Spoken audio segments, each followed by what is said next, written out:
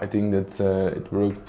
My opinion is that Europe was sometimes slow, sometimes fast, because in European terms we went very fast. We made Frontex 2.0 and the European Border and Security Control and Border Control Guard.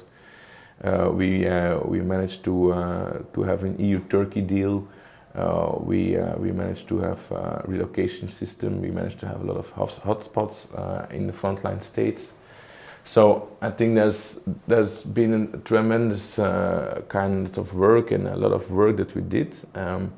We also managed to get a better return policy and be tougher on return as well. So yeah. But on the other hand, I understand that the situation in 2015 was very chaotic, and a lot of people in Europe were not really agreeing on how the situation went at that moment, and not agreeing actual situation in Libya. That remains the biggest challenge for the future.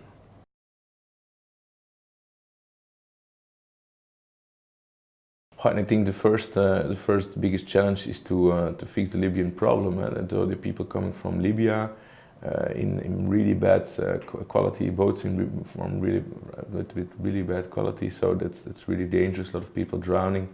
It's a disgrace for Europe. So we have to fix this problem by trying to negotiate with other African partners to get it like in similar like EU-Turkey deal.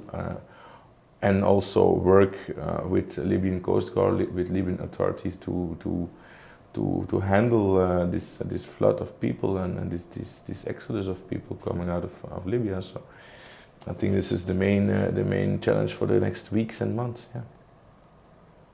And the second I think the second is that we have to work on a better asylum system, where we better tackle fraud, where we accelerate procedures from the real refugees so they can have a status as soon as possible. So I think that's also very important. And the third major issue, major challenge is to have readmission agreements with a lot of countries. I think that people who have a yes, who receive a yes, okay, they can stay, there's no problem.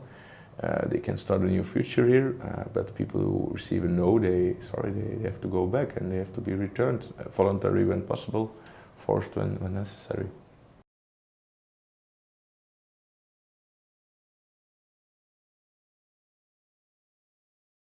I think the biggest challenge of the thing beyond the crisis is really working on an active migration policy for the European Union, where people, high skilled, moderate skilled, are trying to that we give them visa to work here. So I think that the biggest challenge is to have a more dynamic, like Canadian migration system, where people really come here to work and to participate to our labor market and to our economy, to strengthen our economy.